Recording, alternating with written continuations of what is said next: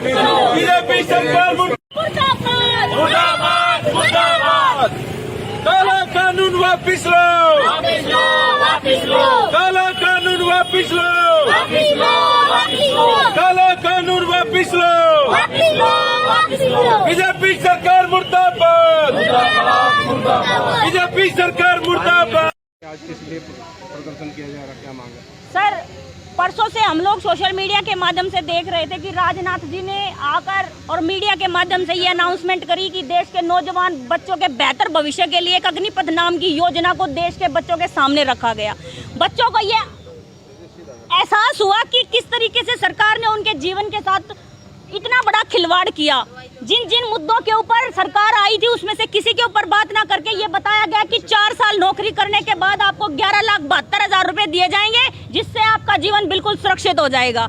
और उसमें से ये भी कहा गया कि जिन बच्चों को 4 साल के लिए नौकरी पर रखा जाएगा उसमें से 75% बच्चों को 4 साल के बाद हटा दिया जाएगा। पहली बात तो ये क्राइटेरिया ही नहीं बताया गया कि वो कौन से 75% बच्चे होंगे जिनको हटाया जाएगा। दूसरी बात ये कि मतलब उनकी सैलरी इतनी रखी गई है कि एक पीएन की सैलरी भी उनसे कहीं ज्यादा है।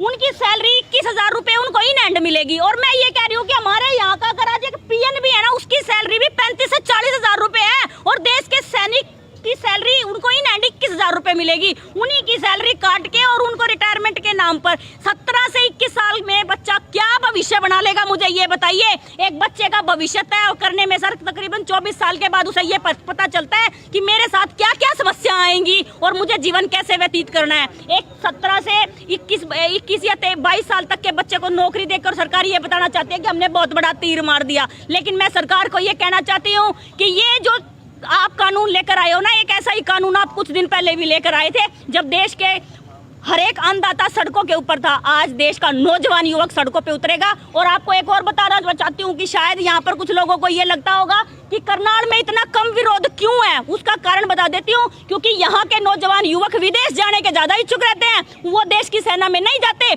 इसलिए ये विरोध यहाँ पर कम है। लेकिन सर, हमारा एक जागरूक नागरिक होने के नाते ये जिम्मेवारी बनती है कि हम पूरे देश की आवाज को उठाएं। इसीलिए हमने अपना विरोध आज यहाँ पर दर्ज किया है। सरकार कह रही है कि आगे युवाओं को उल्टा प्राथमिकता मिलेंगी दूसरी नौकरियों में, तो उसमें दिक्कत तो नहीं होनी चाहिए? सर, आज से पहले बहुत सारे एक्स सर्विसमैन के बच्चे ऑलरेडी अप्लाई करते हैं। आप मुझे ये बताइए कि कितने, क्या सभी एक्स सर्विसमैन के बच्चों को नौकरी आज तक मिली है? ये तो खुद एक्स सर्विसमैन है सर। जब बेसिक एक्स सर्विसमैन हो लेकिन उनको फिर भी नहीं मिलेगी, कैसे मिलेगी सर? आप एक बात बताइए, एक बच्चा 4 साल के लिए नौकरी करके बाहर आ गया और एक बच्चा जो लगातार 4 साल से एक ही पोस्ट के लिए तैयारी कर रहा है, उसका कंपैरिजन कहाँ होगा सर? 4 साल में उसने नया कुछ नहीं सीखा जो 4 साल की नौकरी करके आया।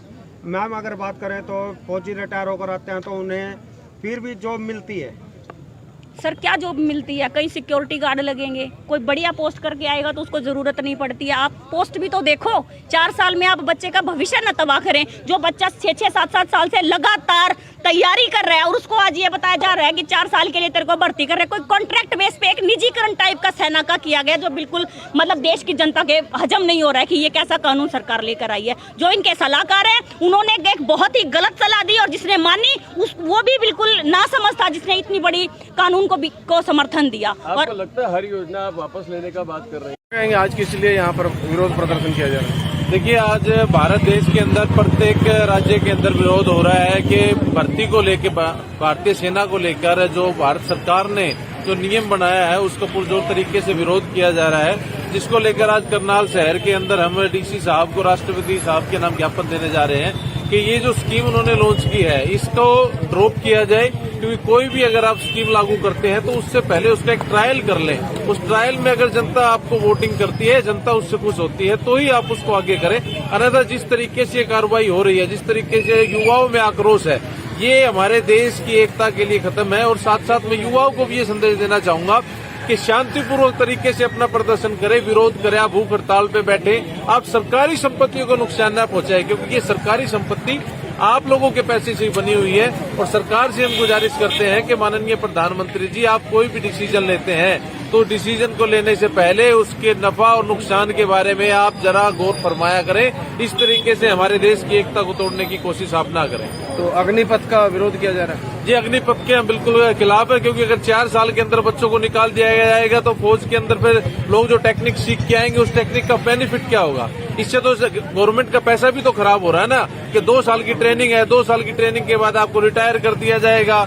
25% का कोई क्राइटेरिया आपने फिक्स नहीं किया है, 75% को आप कैसे आगे लेके आएंगे? ये सारी बातों को आपने मद्देनजर रखना चाहिए। और भारतीय सेना के अंदर सेना की जरूरत है। जितने हर साल रिटायर हो रहे हैं उतने तो आप लोग भर्ती भी नहीं कर रहे हैं। ये आपने जो कहा है कि 10 लाख भर्तियां की जाएंगी, 2 दिन के बाद भर्तियां शुरू हो जाएंगी।